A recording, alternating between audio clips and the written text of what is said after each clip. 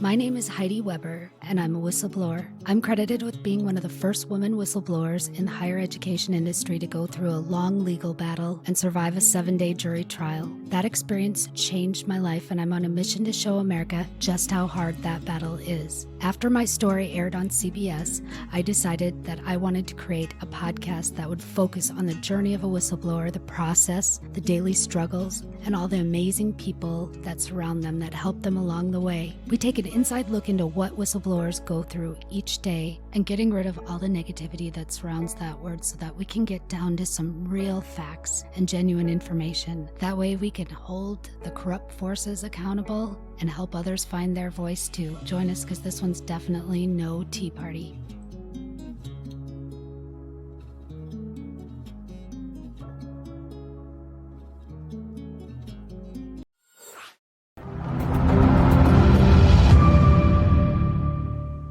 Support for the Whistleblower Revolution provided by the Marion Scallard Law Firm. Our talented attorneys have been at the forefront of whistleblower law for decades.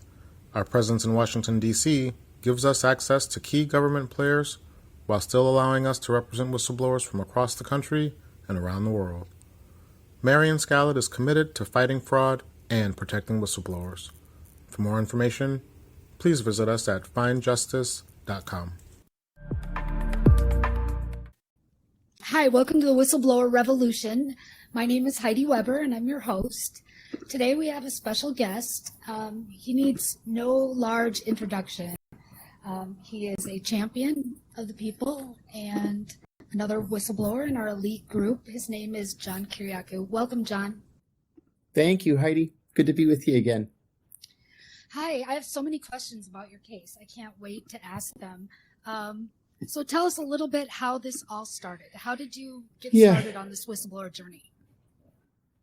Accidentally, to tell you the truth. It started for me on the night of March 22nd, 2002. I was the head of counterterrorism operations for the CIA in Pakistan, and we were hunting for a target, Abu Zubaydah.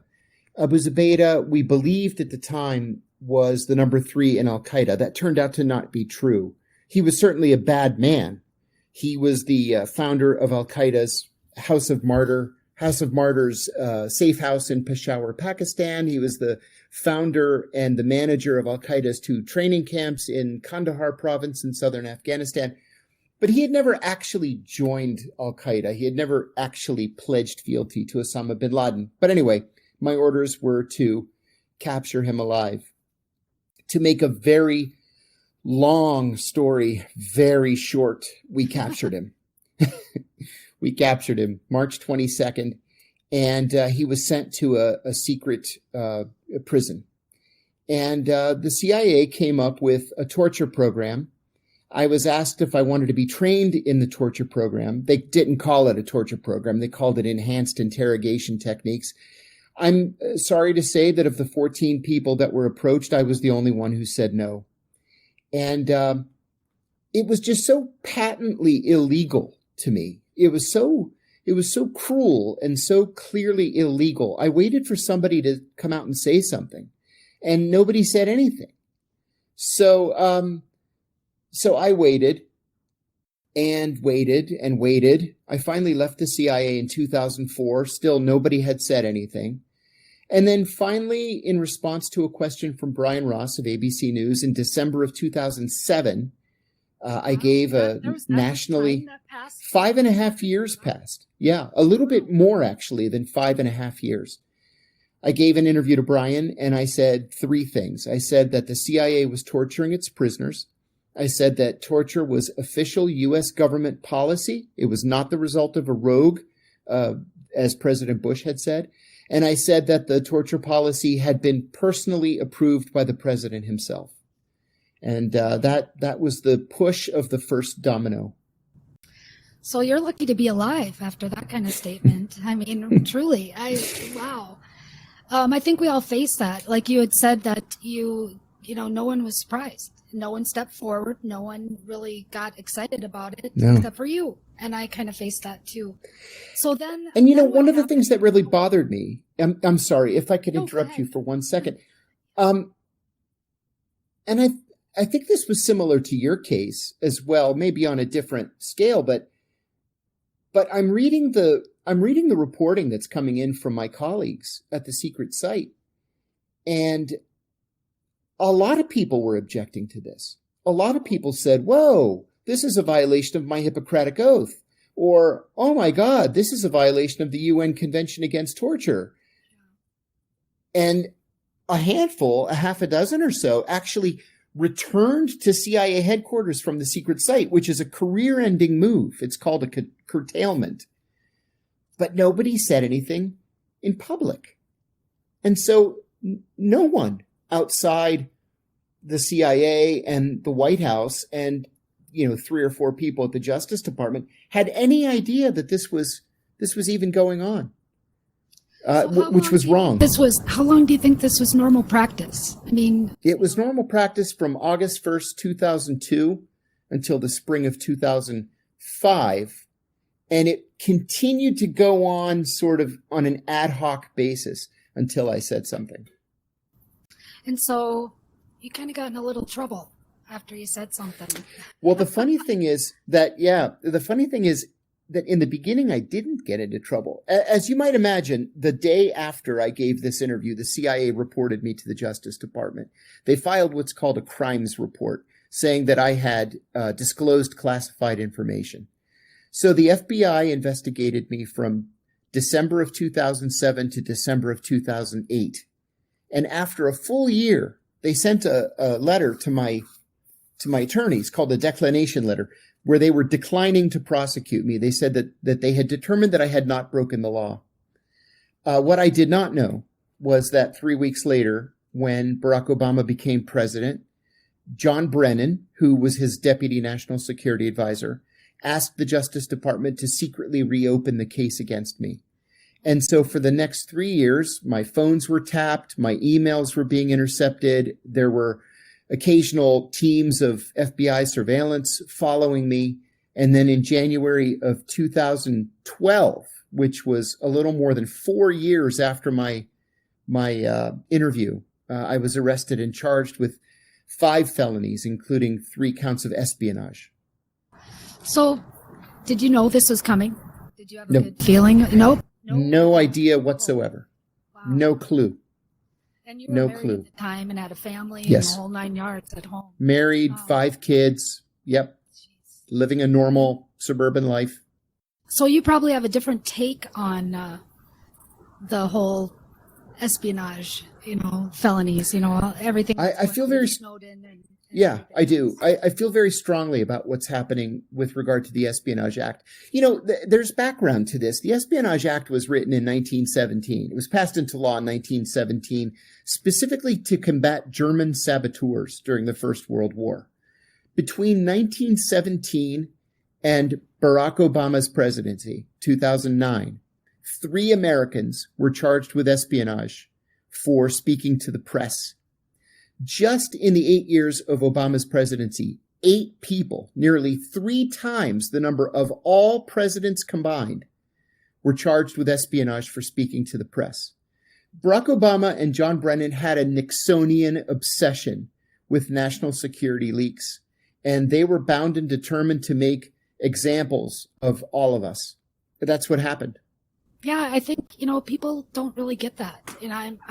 I'm a left-leaner, a moderate to left-leaner. And I got to tell you, I think most people don't understand how hard President Obama was on whistleblowers in general. And I don't understand why. I really don't. Do you have any insight into that? I don't. I remember in 2011, this is about 9 months before I was arrested and charged, a friend of mine who was working in the White House said that for the very first time, he had seen Obama flip out. He lost his temper and just flipped out like a crazy person. And he was screaming about a national security leak. He was screaming that how angry he was that people at the CIA couldn't keep their mouths shut. And he said, "Man, I've never seen anything like this." He said, "I've worked for 3 presidents and I've never seen one flip out like a crazy person like this." And the whole time, John Brennan is there just nodding, like, "Yes, Mr. President, yes." And that was the first inkling that I had that there was going to be a problem, not necessarily for me, but there was going to be a problem in national security. So how long, so they took you in, you 5 felonies, which you still have. You have not gotten pardoned from those, have you? No, well, I was found guilty of one. Okay. I hadn't committed espionage. Right. I mean, it was clear that I hadn't committed. None of these people have committed espionage that are being charged with espionage. So those counts were dropped. And I was also charged with one count of making a false statement. My lawyers were never really clear as to exactly what the false statement was supposed to be. That was sort of a throwaway charge. And then I was found guilty of violating the Intelligence Identities Protection Act of 1981. I confirmed the name of a former colleague to a journalist who never made the name public. And that was my conviction. That's just, it's scary. It's scary, number one, that we are persecuted, especially you. Oh Yes. my gosh, I can't even, It's nightmarish. It is, and what it does to your personal psyche is unbelievable. I mean, you could have the strongest confidence in the world and still, be shaken. I can't even imagine going to prison. So you went to prison, unfortunately. How long were you I was there? facing 45 years and I ended up getting 23 months. Oh my gosh. How scary Yeah. were you, Don? How scary was that? The day of my arrest, I fully intended to commit suicide. I did. It was only the strength of my then wife who stopped me. She said to me, she said something that stuck with me all these years, and it's actually been a motivator for me ever since. She said, "Look, they have consistently underestimated your resolve. You are stronger than they think you are. You can fight this." And that's what kept me going. Once I got my bearings, which took me about 4 months, and I hired an A-list, dream team of Washington lawyers. And they said the same thing. "We're going to fight this. You didn't commit espionage. This is the very definition of whistleblowing." They said that this case is the very definition of whistleblowing. The legal definition is bringing to light any evidence of waste, fraud, abuse, illegality, or threats to the public health or public safety. And so I went for it. And, one interesting thing, too, the day of my arrest, they told me, take a plea and I'm going to get, first I was facing 45 years. And the day of my arrest, they offered me a guilty plea and I do 10 years. And I said, I'm not doing 10 minutes.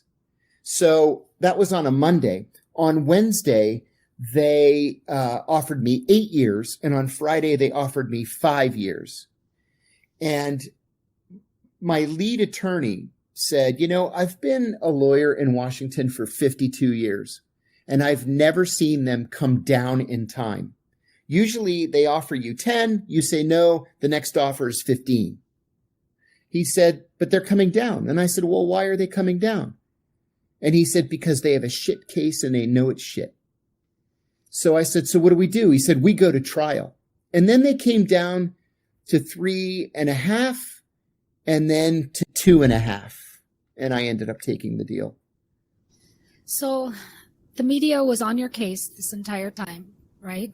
I mean, this was very public. It seems like it was all over everywhere. Yeah, it was. How much did that add to everything? I mean, especially with your family. I can't even imagine this. Well, what they went through. My wife was furious about it. I mean, I was on the front page of the New York Times twice. I was in the New Yorker magazine, an entire expose, the front page of the Post. I was on TV all the time, and she hated it. What was surprising to me in that whole experience with the press was that the press, by and large, at the beginning, was not supportive of me. And that was shocking to me. Some outlets were. Ironically, Fox News was. Fox News, from the beginning, called me CIA whistleblower John Kiriakou. CNN started by calling me CIA leaker John Kiriakou. And then halfway through, they changed it to CIA whistleblower John Kiriakou. And I had one lawyer who only focused on the media, nothing but the media, and getting them to identify me as a whistleblower and not a leaker. MSNBC never called me a whistleblower, right? Because MSNBC was in bed with Obama. Right. And so they never ever called me a whistleblower. I was always a leaker. You are pretty leaky, John. That's one of my favorite terms that makes me laugh. I think that is the most ridiculous thing ever. Ridiculous. So when you were in prison, what did you do? How'd you make the time go by? What That's a good question. On my very first day in prison, I received a postcard from a woman in Ringgold, Georgia, whom I had never met. And I thought, wow, that was such a kind thing to do. She sent me this postcard saying, keep your chin up. You didn't do anything wrong. You have a lot of support out here. And I decided that very first day that if somebody was going to take time out of their day to write to me, I was going to respond. I ended up writing 7,000 letters to 675 different people. Oh, geez. Wow. Yeah. There were some days that I would get as many as 60 or 70 letters. It drove the guards completely crazy. They hated it. Sure. But I answered literally every letter I ever received. And then at the same time, I spent whatever additional free time I had to write a book called Doing Time Like a Spy, How the CIA Taught Me to Survive and Thrive in Prison, that did very well. And it won one of the big four literary awards. I won the PEN First Amendment Award, which along with the PEN Faulkner, the Pulitzer, and the Edgar Allan Poe are the big four. So it ended up doing well for me. So that kind of, made your time go by a little bit faster. Mm-hmm. So did you meet anybody interesting while you're in there? Did you make I did. Friends? You're not supposed to make friends in prison, as they say. Right. I made one true friend in prison. And I was friendly with a group. Well, it was the Italians, the Italians, right? Named Gambino. You're close enough. Yeah. but these Italians were named Gambino, Bonanno, Lucchesi. Yeah, you get the idea. But being Greek was half the battle. Hating the FBI as much as they do was the other half of the battle. And so we ended up being friendly to the point where I'm still in regular touch with my one true friend. And of these other Italians, and I mean, these were like serious high level, capo level and above. They've actually invited me to several parties. I went to New Year's Eve party in Atlantic City. Everything was comped. We've stayed in touch. That's great. Yes, and I make no apologies for it. And you shouldn't. Nope. They were good guys. Friends are friends. It's all in how somebody treats you. That's right. That's right. So how did your family react to this time? My wife, who's unfortunately now my ex-wife, but at the time, God bless her, she couldn't have been any more supportive. She was like a rock. And it was only because I had her support that I was able to get through it as well as I did. She brought the kids up to visit me all the time. I mean, regularly. She was there with the kids, like having to leave the house at 4:00 in the morning to get there at 8 when the prison opened for visitation. And then they would leave at 2:00 and drive back, arrive at 6, exhausted. And so she did right by me. And like I say, it's only because of her and my brother and sister, an aunt, my dad's sister, and a couple of priests. One of whom I didn't even know. He was from Pittsburgh and he had read about me in the paper, and he used to come like regularly. He even smuggled in communion one time. Oh wow! And I mean they were all great. I couldn't have done it without them.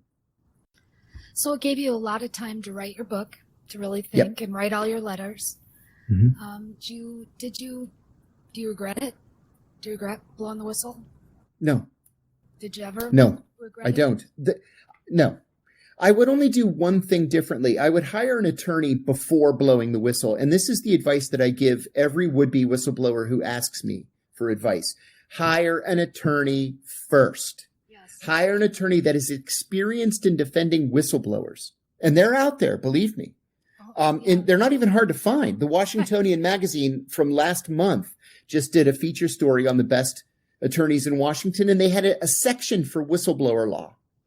So hire an attorney first, but otherwise, no. Somebody had to say something. This was illegal, what our government was doing. And then just before I was released from prison, John McCain got up on the floor of the U.S. Senate and congratulated me by name and said that if I hadn't said something, the American people would have had no idea what our government was doing in our name, even though it was illegal.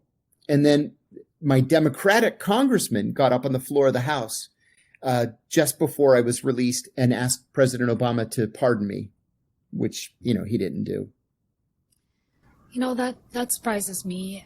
It doesn't surprise me because our government is everybody, I'm going to get onto my tinfoil hat, conspiracy theory stuff, but, they watch us. They're in control. A lot more than people think. I think people are pretty naive as to... Well, and that came out thanks to Bill Binney, Kirk Wiebe, and Tom Drake at NSA, who revealed the warrantless wiretapping program and the information that the government is intercepting literally all of our communications. And they've got enough storage space, computer storage space at their new NSA facility in Utah to save every phone call, every text message, and every email from every American for the next 500 years. So yes, they are spying on us. That's kind of scary, isn't it? It is. It gives you the whole getting off the grid thing. Even when you're off the grid, I think you're still... they can still trail you, obviously, through GPS. Absolutely. Listen, unless you're Eric Rudolph and you're going to, live by eating out of garbage dumpsters and sleep in a tent in the middle of the woods, there's really no such thing as going off the grid. As much as we might like to think there is, you just can't do it. So what do you think about Edward Snowden, our friend, Ed Snowden? Yeah, I think Ed Snowden is a bona fide American hero. And I have from the very beginning. When he went public with his revelations, I had been in prison 4 months. And it was such huge global news. I wrote him an open letter with some advice based on my own experience. And then I wrote him a private letter, and I sent it to him through a mutual friend. And his father came to visit me in prison to thank me for the advice. And then a friend of mine from the CIA came to visit me. And that friend turned out to be our secret conduit. He would travel to Moscow 3 or 4 times a year, and he would carry our messages back and forth. It wasn't until about, it wasn't until exactly 2 years ago this month that Ed and I started speaking directly. And it was because it was too risky. But now it's not so risky. And this leads to a big fear for him. And the fear is that he's going to become irrelevant, that people become so complacent with the notion that the government is spying on us and that there's nothing that we can do about it, that nobody is really going to care anymore what his message is. And I sincerely hope that he's wrong, because I think his message is critically important and that we all have to stand up against the government and government overreach. Absolutely. That scares me every single day. I think our rights are being stripped away slowly. Our right to freedom of speech, our right to freedom of assembly. We saw that during this whole election night. We sure did. And I think that's a big concern, because we are no longer, everybody's so worried about us becoming fascists and everything. Listen up, folks. We're heading that direction now. The way we are.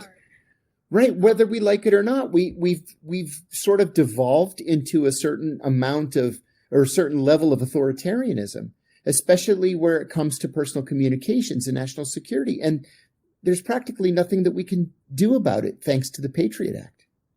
Right. It's going to take a mass I really don't. I don't know how we're ever going to fix this, and there's nowhere for us to go, like there was back 200 years ago.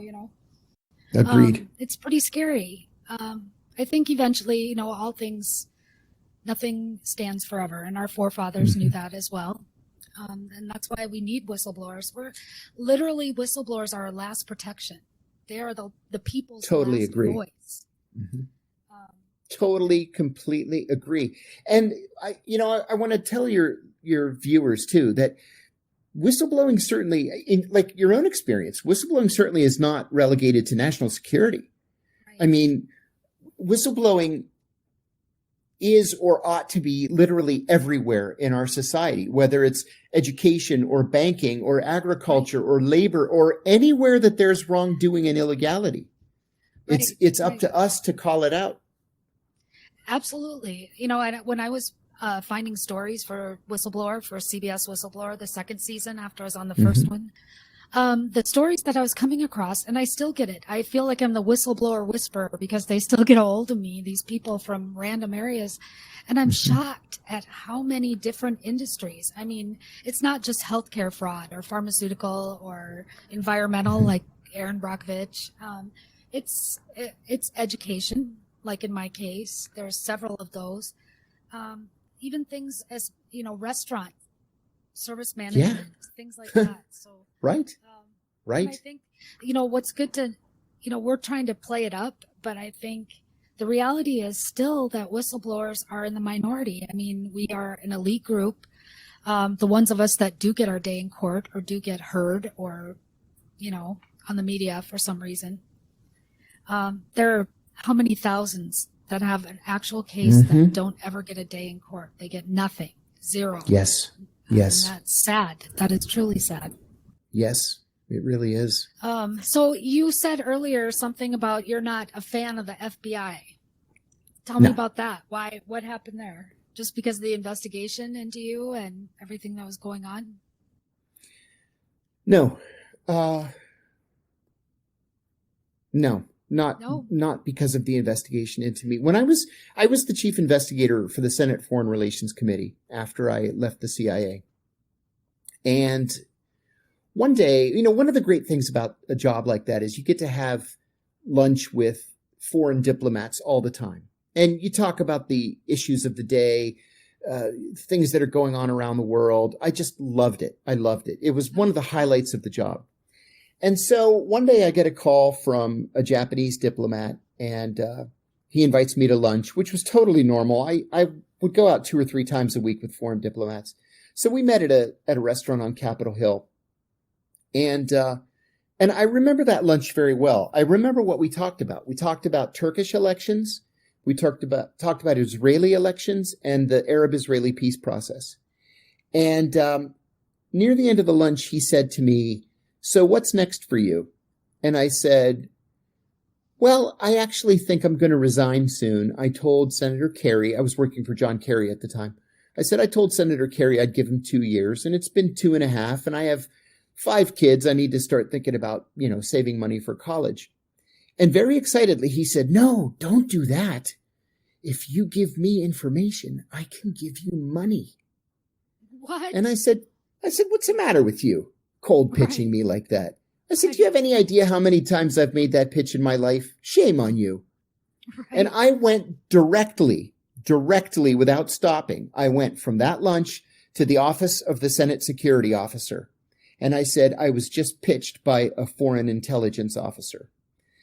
He asked me the story. I told him what happened. He told me to sit there at a computer in his office and write it up as a memo for the FBI. So I did. I wrote it up. I sent it to the FBI. The next day, 2 young FBI agents came to interview me. So I repeated what had happened. And they said, "All right, here's what we want you to do. We want you to call him back, invite him to lunch, try to get him to tell you exactly what information he wants and what he's willing to pay for it." And I said, because I'm a patriot, "Do you want me to wear a wire?" And they said, "No, we'll be at the next table to listen in. Just go ahead and invite him to lunch." I said, "Okay." So I invite him to lunch. He accepts. The day of the lunch, one of the FBI agents calls me and said that something had come up and they wouldn't be there, but for me to go forward with the lunch and just write them up another memo. So I did. And they asked me to do it a second time and a third time and a fourth time. Oh my gosh. Wow. So I did. And after every one of these lunches, I would write an incredibly detailed memo and send it to the FBI. In the final lunch, he said that he had been promoted and that he was going to be transferred into his dream job. He was the number 3 in Washington. He was going to become the number 2 in Cairo. So, and I should add that his English was so bad that our lunches were done in Arabic. We would speak Arabic because he was an Arabist. And that is important later. After that lunch, I never saw him again. A year later, I'm under arrest. And the reason why I was under arrest is the FBI called me and said, "Hey, remember that thing that you helped us with a year ago with the guy?" And I said, "Sure." And they said, "Well, we have a similar situation and we need your help." And my exact words were, "Anything for the FBI." Wow. So they said, "We want you to come down and talk to us." Well, they arrested me when I got down there to talk to them. So I'm arrested. We received discovery from the Justice Department. And in discovery, we learned that there never was any Japanese diplomat. He was an FBI agent undercover, pretending to be a Japanese diplomat. And he was trying to get me to commit espionage. He was trying to get me to either accept money or to provide classified information. But I kept reporting it back to the FBI in detail. And so finally, he wrote a memo to his boss, who happened to be Peter Strzok at the FBI. And he said, "Recommend ending this operation. He's clearly not going to take the bait." So I said to my lawyer, "Why would they do this? Why would they set me up like this?" And he said, "Because they knew that they didn't have a case. You didn't commit espionage." And so they dropped all those charges. That's why I hate the FBI. I'm a patriotic American. And they were trying to send me to prison for the rest of my natural life so they could get promoted. That's why I hate the FBI. Yeah, that's entrapment to the hilt. I mean, that's... You bet it is. And that's how the FBI makes all of its cases, through entrapment. Yes. That's pretty scary. You know, I just interviewed Jane Turner. You know her, right? Yes. Jane? Yeah, she's awesome. Great. She lives here in the Twin Cities, and so she came over and we were having a chat. And I had interviewed Colleen Rowley, who lives close I was to here too. just going to say, you should talk to Colleen Rowley. She's in St. Paul, and she is another bona fide American hero. Yeah, she is. Both of them are. And you Yes. know, I'm just blown away by the amount of corruption in the FBI. It's incredible, the corruption inside the federal government, inside the FBI, the CIA, NSA. You know, Americans would be up in arms if they knew the level of corruption inside the national security apparatus. Yeah, and I worry about that too. We have no freedom of the press either. Obviously, No. we were talking about that earlier. You know, all of our press is polarized, either one or the other. When you and I both know that there is no left or right, they're all owned by the same people. It's called controlled opposition. It's called controlled opposition. And so there is no one that is a true conservative. There's no one that's a true liberal. I mean, everybody has, you know, kind of different stances on some of the things in the middle. So this whole left versus right, you know, what team are you on type It's false. Irritates me, you know, and they do it on purpose because a house divided cannot stand, you know. One of these days, John, we're all going to rise up and we're all going to be on board and change it all. But Yes, it'll come one of these days. So your kids, how old are your kids now after all this is over? Let's see. Now they are 27, 24, 16, 14, and 9. So what do they think about all this? They're proud of me, which is the most important thing to me. it's something that has weighed on me over the years, but they're proud of me. I did the right thing. And, my older boys were one was in college and one was in high school when I was arrested. And my oldest was at Ohio State and my second was in high school. And professors or a professor and a couple of teachers approached the two of them and said, your dad did the right thing. He did something that was heroic. Don't worry about it. If, somebody says something to you, your dad's a traitor or whatever. And nobody ever criticized me to my kids. Their friends rallied around them. They never, ever had any problems. In fact, when I was arrested, my three younger, one was a baby, but the other two were in a small private school here in Falls Church, Virginia. And when I was arrested, the founders of the school paid their tuition for the next semester, the second semester. And then the next year, a group of parents took up a collection and paid their tuition for the whole time that I was in prison. That's great. So thank God. I mean, I had really wonderful support. I was very fortunate in that there were people out there who actually, did their research and looked into what had happened and realized that I had been wronged. And they rallied to our support, to our defense.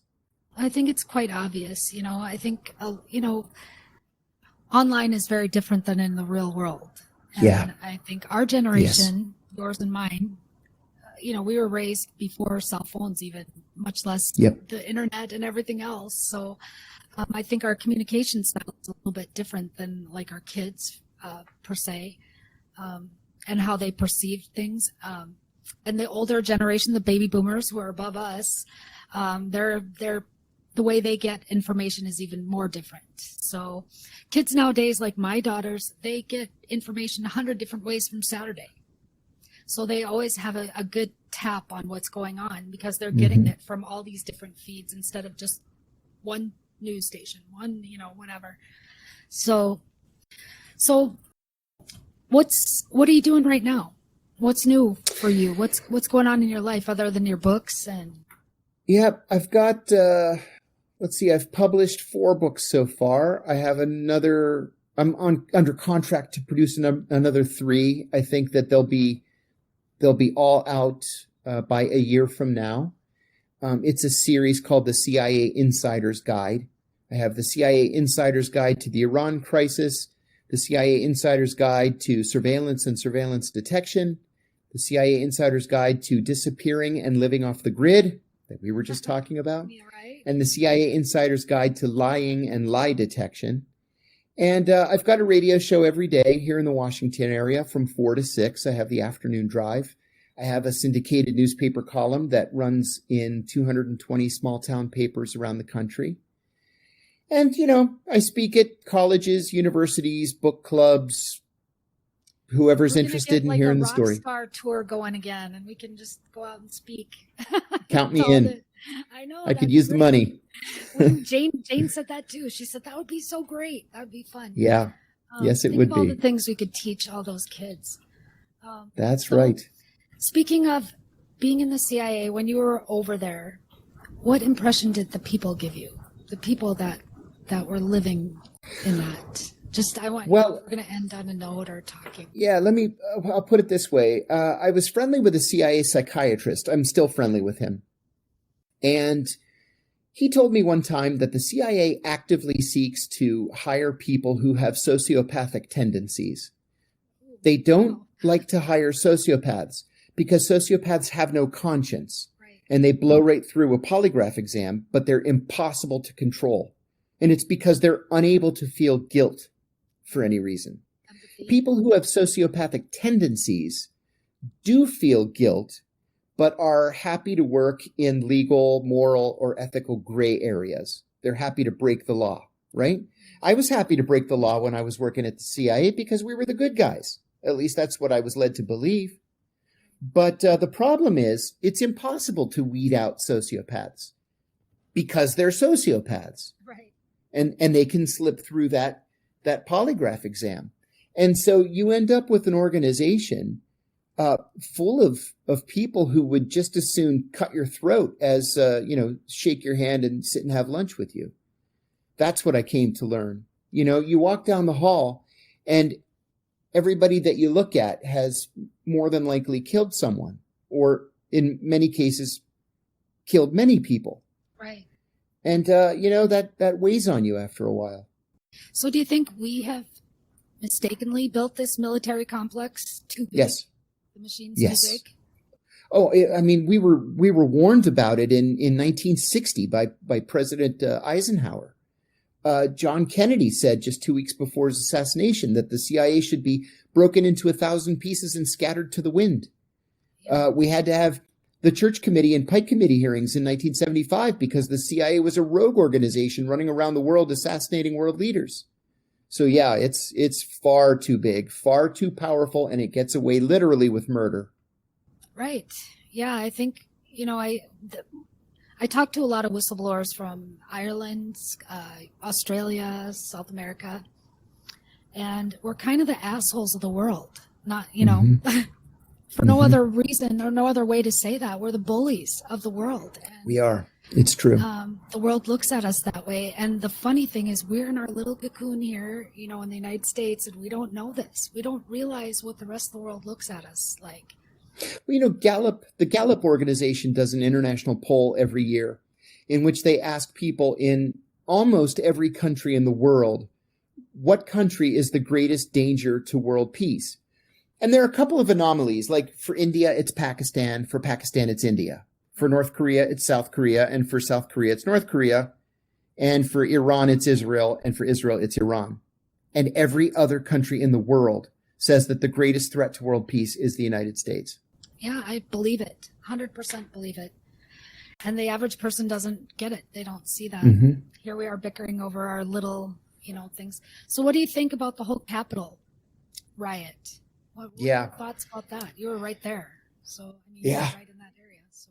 And we still have tanks and armored personnel carriers in the streets. You can't get to Capitol Hill. It's just completely sealed off.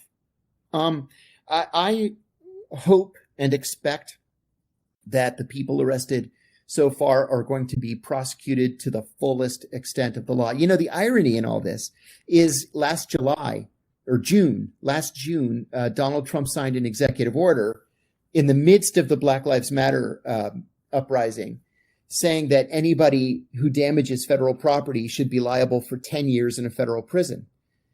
Well, guess what happened?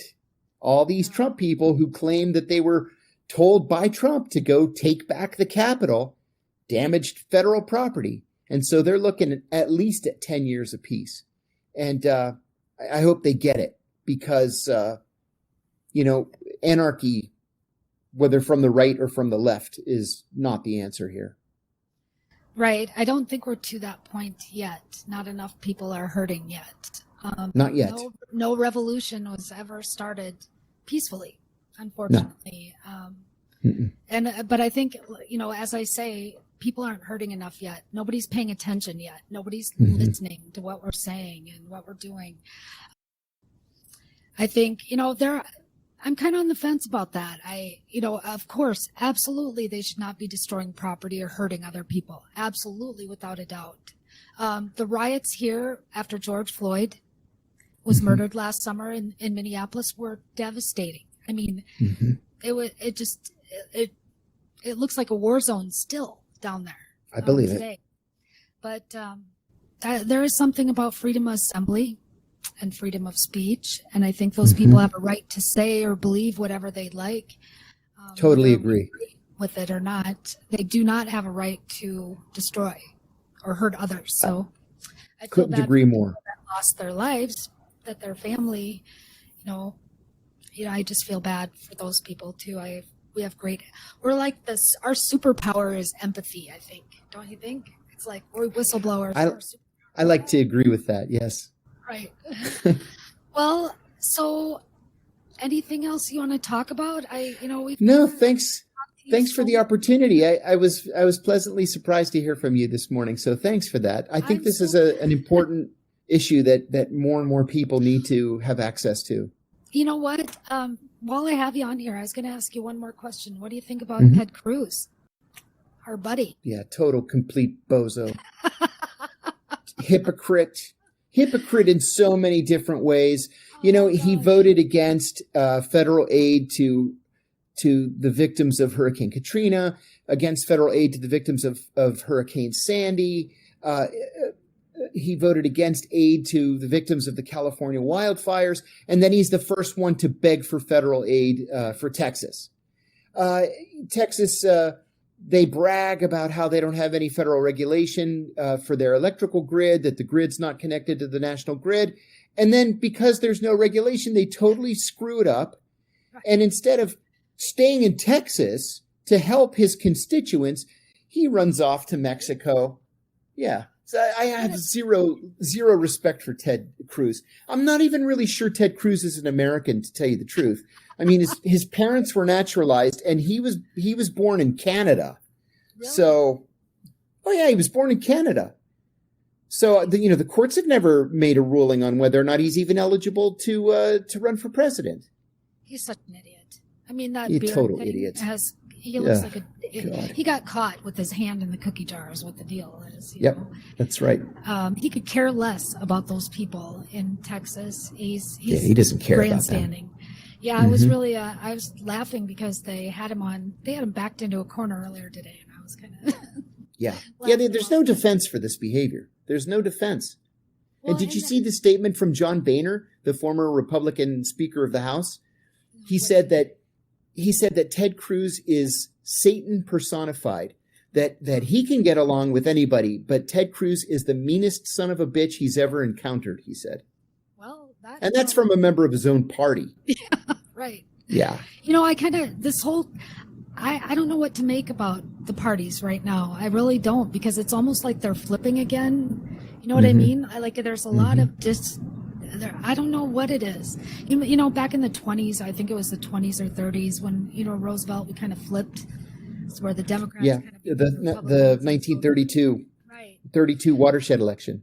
And I think that we're kind of doing that again because, I don't know a better Republican than Hillary. I really don't. I think she's probably the best Republican there is. And agreed. And Joe, I won't go in. Joe is, Joe's Joe.